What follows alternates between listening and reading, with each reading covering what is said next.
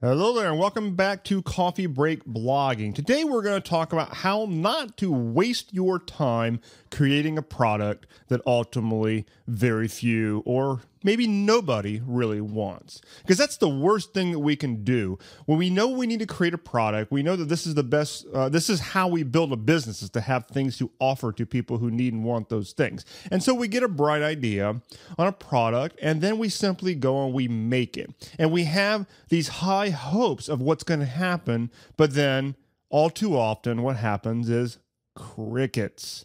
Nothing happens. And this is the worst feeling in the world, when you just put all this time into creating a product that you thought people were really going to dig, only to find out that nothing happened at all. And so we're going to talk today about how to validate a product idea before going all in. And this word validate simply means we're going to get proof of concept. We're actually going to get concrete proof that people want what you're building. Okay? Very, very important. We want to have that before we do all the work to actually make it. Now, here's the thing. For all the reasons I just said, it's simply not a safe bet to create a product only because you've got a gut feeling that people want it. Okay? Now, the other thing, and this might be a little hard to believe, and that is that even if people tell you it's a good idea, that doesn't mean it's a good idea.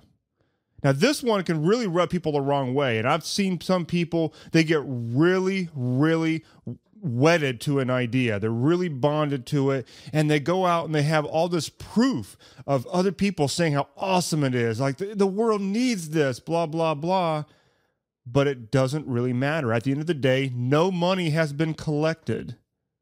And that is really the only true test. The only one that matters is whether they buy it. Okay? It doesn't matter what they say. Here's the thing. In real life, when you give somebody your idea, they don't want to make you feel bad. We don't like to make other people feel bad. And so we very often are just not willing to be that upfront with them. Now we might go home and tell our significant other, man, that product sucked. But we don't want to tell the person who made it that it's not, or that you wouldn't want it. You'll be like, yeah, maybe, blah, blah, blah. But in reality, you're just not going to buy it. Okay? So from the perspective of you wanting to create a product, the only true measure of whether they want it is whether you see them pulling out their wallet and handing you a credit card. That's really all that matters. Okay? Doesn't matter what they say. Because at the end of the day, they could say the best things in the world. And when you offer that thing to them and say, here's the price, here's the add to cart button, they're going to hesitate. And that means you didn't quite hit the mark. Okay? So the only valid test is to actually sell the product in advance. And we call this a pre-sell. And that's what we want to do. The only way to validate the product idea is to test it by selling it before you have made it. Now, that might be a little odd. You think, how can I sell something if I haven't made it yet? Well, we're talking about digital products here. We're talking about information products. And so this is the ideal area where we can create an offer literally out of thin air. The internet is one of those places that you can literally create an offer out of thin air. You just dream it up, come up with a page, put a button on there to add to cart, and sell. Okay? So you could totally do this.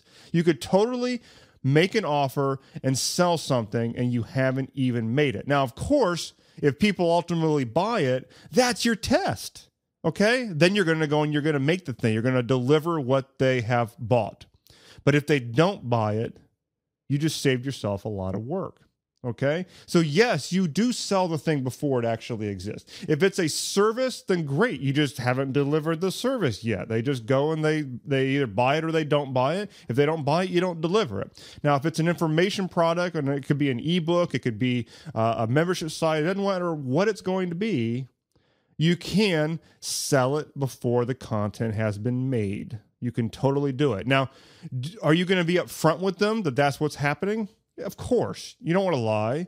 But what I would do is that I would position it as you're not buying it before it even gets made. You're actually pitching it to them as a co-creation process, that they get to participate in the live version of it, and maybe you actually will provide more interaction with you directly that is included in the price of the product. And so for them, that's a benefit because they get more access to you. But for you, it's also a benefit because you get to see what problems they're experiencing and make your product better because you can adapt to the things that they're telling you in real time. Okay. And so that's how you position it when you pre-sell it. They're going to be able to go through this live with you. Okay. So here's the test process. Here's what I recommend that you do to validate a product idea. First step is to outline your offer. Just sit down, open up a Word doc or something like that, and outline the main points of your offer. Now I'm not talking about creating an entire course outline or something. Just get the main bullet points of, if you're going to create a training product, create the main bullet points for that. But also create the full scope of the offer itself. Anything that goes along with any training videos or whatever that you're going to make. Any services or coaching that you can provide along with it. What is your guarantee on it? Like all the different things that go into creating a complete offer, I want you to write it down. Now, the second step is that you got to create an offer page. You're essentially going to create a sales page for this product that you haven't even made yet.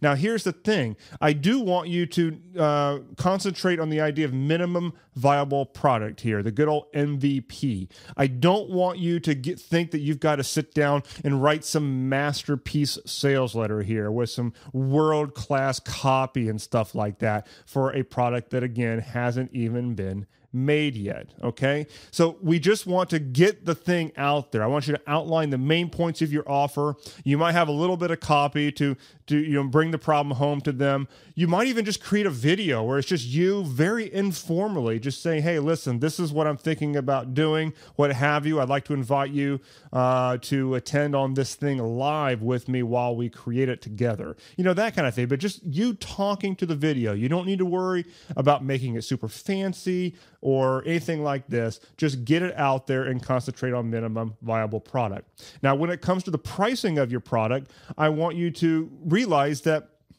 it's important that you charge money and you want to charge a fair price. But at the same time, it's perfectly fair and probably expected that you're going to offer them some kind of an early bird discount because they are buying something before it even exists, okay? But don't lowball it. I mean, don't come out with some product that you're thinking might be ultimately worth, $300 or $400. You say, get in right now for only $20. No, that would be ridiculous. Okay, that would be ridiculous. Keep in mind that this is a product test. And so the pricing needs to, you need to position this thing in such a way that it's going to test out a price point that's in the neighborhood of what you'd like to price it for ultimately. Okay. And again, you can take that offer and ramp up the perceived value of it by adding this live interaction and placing that value of that live interaction with you and co-creating this product with them. Okay. But definitely price it and give them an early bird discount on that, and probably some scarcity as well. Realize that there is a time frame here that they need to take action in. All the same things you would typically see in an offer, except that this hasn't been made yet. Now, the next thing that you need to do is you need to run traffic to this offer. Now, this could be to your existing audience if you have one. Just mail it out to your list, something like that. It could also be in the form of paid advertising if you don't have a list. So this is primarily to those of you guys who are just starting out. You don't really have an established website yet. Your list is very small. You need to consider there's really no other way around it. You need to run some paid traffic to it. Facebook ads, Google AdWords, something. It depends on the nature of your product, where you ultimately decide to put that money. But this is how you do it. This is how you short circuit this thing taking the rest of your life. You need to run some paid traffic to it. For most markets, Facebook is probably going to be a pretty decent fit. Okay? So when you have your interests worked out, you kind of know who would be the right fit for this thing. You work your best to target those people on Facebook. Now, once you get those people to the page, you want to run at least 100 people to this offer. At least. That would be an absolute bare minimum to run 100 people to this offer. Okay? Preferably more than that. But the reason is because we want to get a conversion rate. Okay? We want to see if this thing sells, and if it does sell, we want to find out what your conversion rate's going to be. Okay? If you get one sale out of 100, we know we got a 1% conversion rate. At least we've got some signs of life here. Okay? Now, again, preferably you would have a larger sample on that, and you'd run more than 100 people. But that would be an absolute bare minimum. Okay? Now, when you multiply that 100 plus, I'll just say that, by the average cost per click that you might get on Facebook, which is going to range all over the place depending on your offer and your interest targeting and stuff like that, you will find that generally you're going to have to spend some money on this, but it's not a ton. It's not like this is going to break the bank in most cases, okay?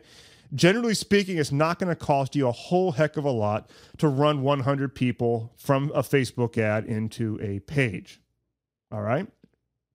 But you need to be willing to spend it, because that money that you are spending, even if you get no sales and you consider it to be a financial loss, what you're really gaining there is a lot of your time, okay? You're saving yourself a lot of time by spending that little bit of money. So I don't want you to look at that as simply farting money into the wind, because it's definitely not. You just saved yourself a lot of time. That is a test. And what you do is you iterate, you pivot a little bit, you adjust the offer, and you come back and you try again. Okay? That's what you do. That's how you test this stuff. Now, around this concept, you can work other marketing avenues. For example, maybe you want to take them from Facebook and go right into a webinar. And so you present some valuable content totally for free to brand new leads. So in the process of doing that, you're building your list. But then, of course, at the end of that webinar, you present the offer of this thing that you haven't even made yet. And you see how many people bite. Okay? If you get sales in that webinar, awesome. Got some great signs of life. Move forward, make that product. If after doing this, you do not get any sales on that webinar, then you need to pivot. Okay? Now, so there's various ways you can go. And of course, some of this is subject to marketing. I mean, if you can have a good product and subject it to really horrible marketing, and it's still going to bomb. So there are definite factors in play here. But at the end of the day, you will do yourself a massive favor if you don't go and create products, or don't spend a lot of time creating products until they have been validated by way of actual real world sales. Okay? Don't get wedded to this stuff. Don't, make it an emotional thing. Just look at everything as a test. And if it doesn't work out, just realize you just saved yourself a boatload of time. You literally just bought time on your entrepreneurial career, and look at it like that. Okay?